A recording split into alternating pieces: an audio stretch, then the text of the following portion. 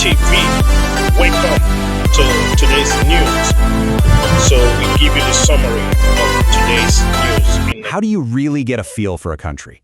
I mean, you could read a whole library of history books, sure. Or you could just look at the news from one single day. So that's what we're going to do.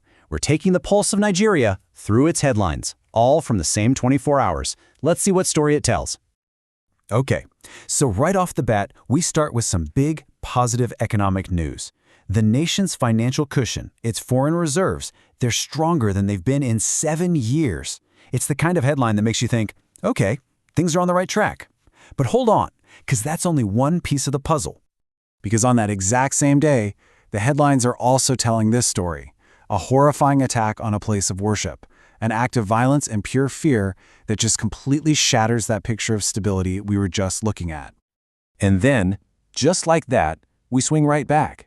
The government's new policies are apparently attracting investors, creating real opportunities. So, which is it? A nation on the rise or a nation in crisis?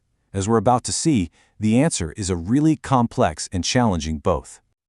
This brings us to our first major theme, these deep and honestly perplexing paradoxes inside Nigeria's economy.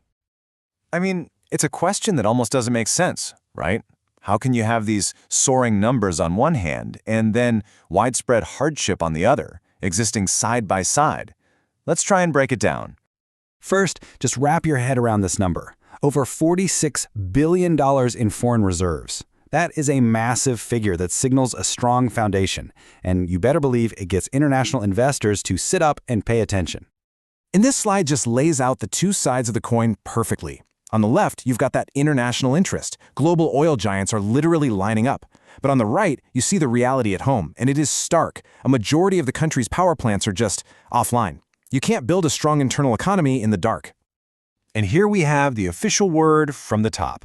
The stated priority is crystal clear: boost local businesses, empower the Nigerian workforce. On paper, it's a powerful and, frankly, necessary commitment.